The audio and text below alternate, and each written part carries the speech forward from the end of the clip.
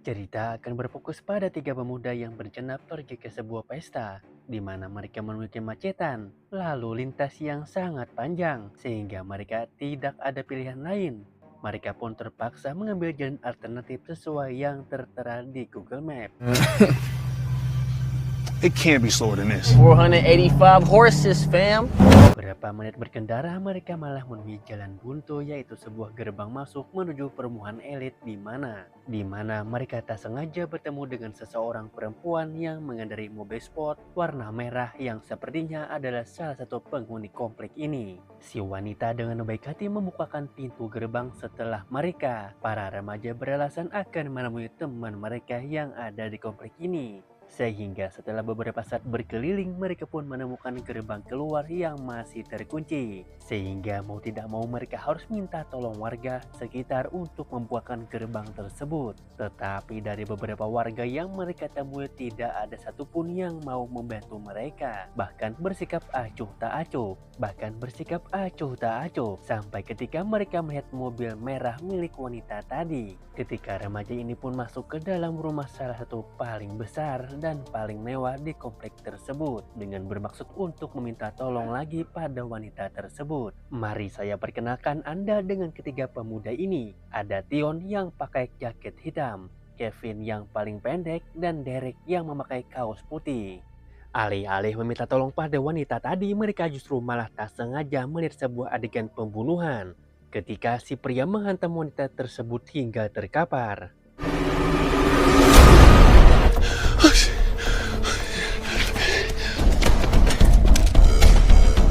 Setelah ketahuan dan nyaris ditembak, Derek dan kawan-kawan pun berhasil lolos dari kejaran pria tersebut. Sempat mencoba menghubungi pihak kepolisian. Seperti biasa, sinyal tiba-tiba saja buruk. Dan justru untuk kedua kalinya mereka nyaris ditembak oleh penghuni lain yang juga memiliki senapan. Man, I'm calling the homies, man. The homies? Where the homies go? Hello, sir. I told him. Di mana Derek dan kawan-kawan akhirnya bersembunyi di dalam salah satu garasi milik warga dan tetap berada di sana sampai situasi sedikit aman. Kembali ke si pria yang diketahui bernama Jacob. Ia tampak kebingungan dengan jasad si wanita yang entah apa hubungan di antara mereka berdua. Karena Derek dan kawan-kawan sudah terlanjur jadi saksi mata, Jacob pun langsung pergi keluar untuk mencari mereka semua. Tepat di seberang garasi tempat Derek dan kawan-kawan bersembunyi, Jacob malah bertemu dengan salah satu tetangga yang memberitahu tentang adanya laporan terkait tiga remaja yang masuk ke lingkungan mereka dan hanya ingin memperingatkan Jacob agar selalu tetap waspada. Dan sebelum lanjut, subscribe dulu ke channel ini agar kalian mendapatkan notifikasi video selanjutnya. Cuau. Tak lama setelah Jack pergi, Derek dan kawan-kawan pun dikejutkan oleh pemilik rumah yang tiba-tiba menyalakan lampu. Beliau bernama Christopher, seorang kakek tua yang hidup sendirian dan bersikap berbeda dengan warga lain. You're saying a woman has been killed again?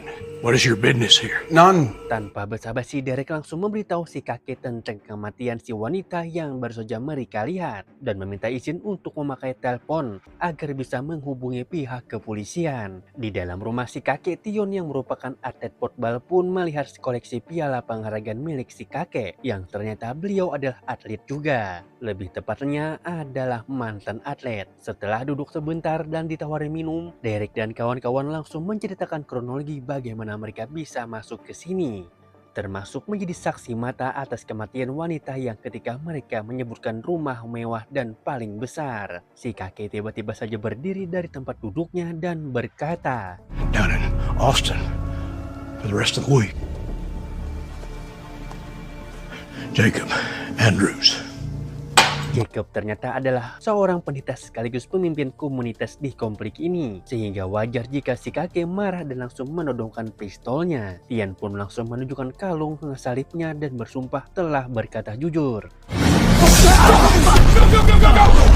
Tapi saat akan kabur lewat pintu depan, sudah ada Jacob yang sedang berjalan menuju ke rumah ini. Sehingga mereka langsung kabur ke halaman belakang. Sementara Derek dan kawan-kawan sedang bersembunyi. Si kakek pun menceritakan apa yang disampaikan oleh Derek dan kawan-kawannya. Kakek sebenarnya menolak untuk percaya dengan mereka. Karena bagaimana mungkin sosok Jacob yang seorang pendeta sekaligus memimpin komunitas sampai tega menghabisi nyawa seseorang. Namun dari raut wajahnya, kakek nampak menaruh sedikit rasa curiga dan sudah menghubungi petugas kepolisian setempat untuk datang ke tempat ini. Tak berselang lama muncullah Bobby yang merupakan polisi muda setempat yang memang sudah kenal dekat dengan Jacob dan semua orang di komplek ini. Di hadapan Bobby dan si kakek, Jacob memanfaatkan profesinya sebagai pendeta untuk memanipulasi cerita. Seolah-olah mereka dan Derek, dua kawannya, adalah pemuda tersesat yang butuh siraman rohani. Sehingga Jacob punya alasan untuk meminta Bobby agar menyerahkan mereka bertiga langsung kepadanya. Do you? Search your heart. You said they left on foot? Yeah. Saat Jacob dan Bobby sudah berangkat melakukan pencarian, saat itulah si kakek terlihat mengikuti anjing peliharaannya ke halaman belakang dan menemukan kalung salib milik Tion yang tak sengaja terjatuh tadi. Pada kalung tersebut tertera nama asli Tion yang membuat si kakek cukup terkejut karena ternyata Tion sudah berkata jujur tentang nama aslinya. Sehingga apa alasan Tion berbohong soal Jacob yang sudah membunuh seseorang perempuan? Di saat bersamaan, Bobby dan Jacob terlihat masih melakukan pencarian, di mana Jacob berhasil menemukan mobil Derek dan kawan-kawannya, bahkan mengambil ponsel milik Tion yang tertinggal dalam mobil tersebut. Kembali ke Derek dan kawan-kawan yang masih sedang bersembunyi dan tak sengaja melihat satu rumah yang sedang digelar acara makan malam, di mana mereka bertiga akhirnya terlibat sedikit perselisihan ketika Derek ingin mendatangi rumah tersebut dengan maksud meminta tolong. We seen dude that think his shit don't stink. Kane, I don't. this is precise. Listen, this is an emergency. Sir?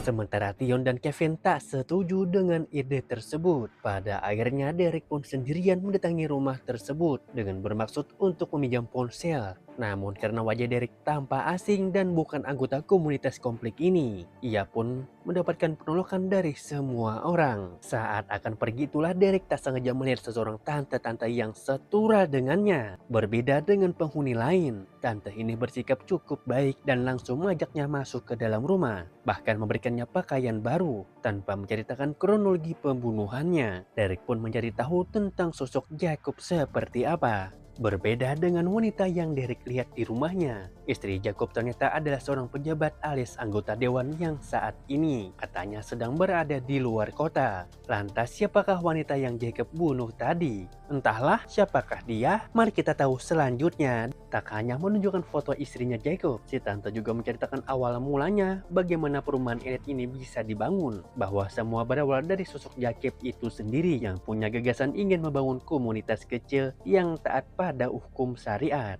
Dengan menyampaikan beberapa ayat yang ia hafalkan dari Alkitab, Jacob berhasil menarik banyak jemaat kaya raya yang menjadi pemimpin tertinggi di komunitas ini. Meskipun Derek sadar betul bahwa tante tidak akan percaya ucapannya, ia tetap menceritakan tentang pembunuhan yang sudah Jacob lakukan. Meski hati kecilnya percaya, tante menolak untuk menerima kenyataan tersebut karena dampak yang ditimbulkan cukup berpengaruh terhadap komunitas yang sudah mereka bangun selama 10 tahun terakhir ini.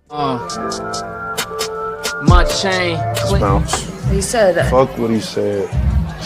Go ahead, dispatch.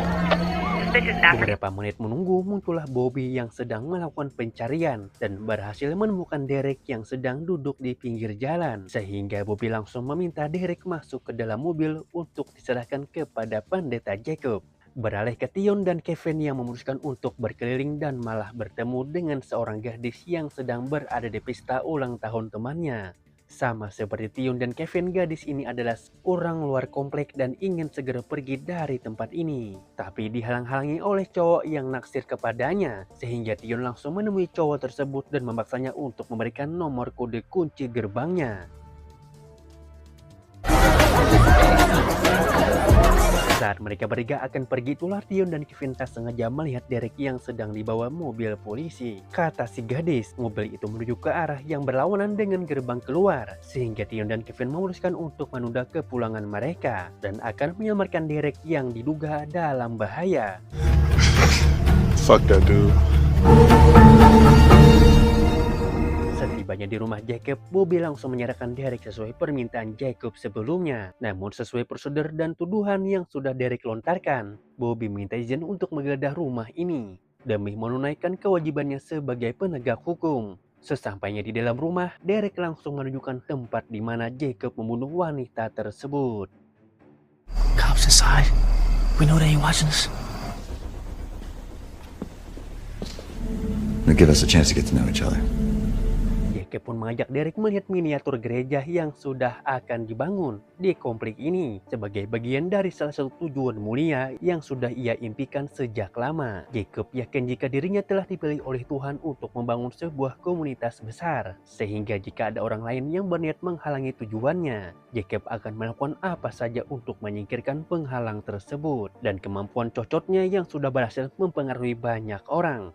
Jacob juga memanipulasi pikiran Derek untuk mengerti seberapa penting visi dan misi mulianya ini.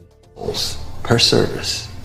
Wanita yang sudah tak sengaja Jacob bunuh dianggap sebagai salah satu penghalang layak untuk disingkirkan. Selesai memeriksa semua ruangan, Pak polisi pun diminta untuk keluar mencari dua teman Derek lainnya. Tapi tak lama muncullah si kakek membawa kalung salib milik Tion, dan penasaran kenapa mereka berkata jujur tentang nama asli mereka masing-masing.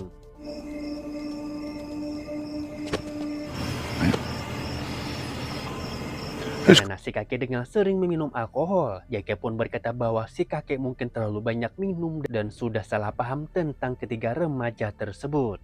Sementara Jacob beralasan bahwa ia tidak tahu mobil itu milik siapa. Masih dengan kebodohannya, Jacob pun pura-pura meriksa mobil itu dan menemukan remote kunci pembuka gerbangnya. Sehingga ketika gerbangnya sudah terbuka, Kevin yang melihat kesempatan kabur pun langsung menginjak gas dan pergi meninggalkan komplek tersebut. Melihat hal itu, Pak polisi pun langsung pergi mengejar dengan membawa serta Derek bersamanya.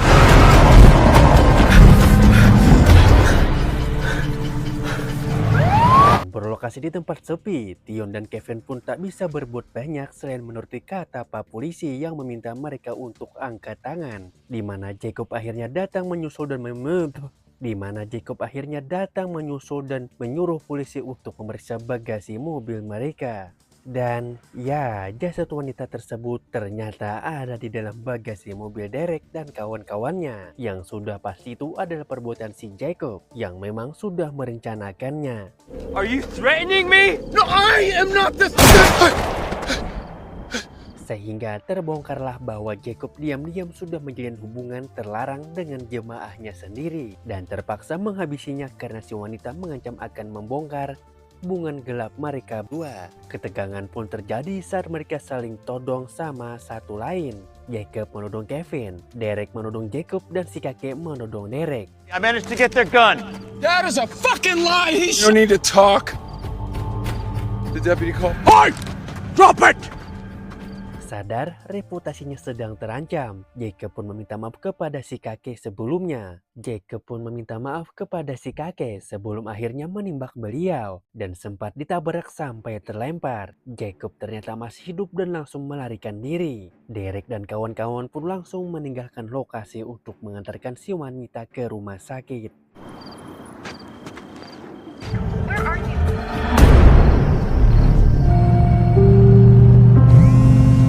Setelah si wanita sudah aman dan ditangani oleh perawat, mereka bertiga pun langsung pulang dengan Derek yang turun duluan di rumahnya. Tak ingin membiarkan lawannya sendirian, Tion pun memutuskan ikut turun bermaksud menginap satu malam di rumahnya. My best friend. Dan ya, saat mereka masuk, langsung dikejutkan oleh penampakan sosok Jacob yang ternyata sudah ada di sana, yang menyandera ibu dan kakak perempuan Derek. Tujuan Jacob datang ke sini adalah sudah jelas untuk mencari tahu di mana si wanita berada sekarang. Karena jika sampai dia sadar dan membuat pengakuan, maka tamatlah reputasinya sebagai seorang pendeta. Namun karena Derek menolak buka suara, maka inilah yang Jacob lakukan. Derek, no! Not a negotiation, son. Dan Jacob menembak kaki dan memaksa Derek untuk bicara. Namun sebelum Jacob sempat mendapatkan apa yang ia mau, keburu ada polisi yang datang ke tempat ini. Sehingga lewat jalan belakang, keburu ada polisi yang datang ke tempat ini. Sehingga jalan lewat belakang, Jacob pun berlari menuju ke arah mobilnya di parkiran. Tetapi ya, sudah ada polisi yang berjaga di sana, termasuk Kevin yang mengenali mobil Jacob dan langsung memanggil polisi agar datang ke tempat ini. Sadar posisinya tak menguntungkan, Jacob lagi-lagi memanfaatkan kemampuan bacotnya untuk mempengaruhi pikiran Pak Polisi dengan menyampaikan beberapa ayat dari Alkitab yang intinya dilarang menembak seorang pendeta dari belakang. Namun saat Jacob akan kabur, sudah ada polisi lain yang datang menyusul. Sehingga Jacob akhirnya tewas di tempat setelah sempat mencoba menembak Kevin. Di mana mimpi buruk ini akhirnya berakhir dan mereka bertiga bisa kembali ke kehidupan normal mereka lagi. Tamat ending yang sangat dan langsung dikirimkan ke alam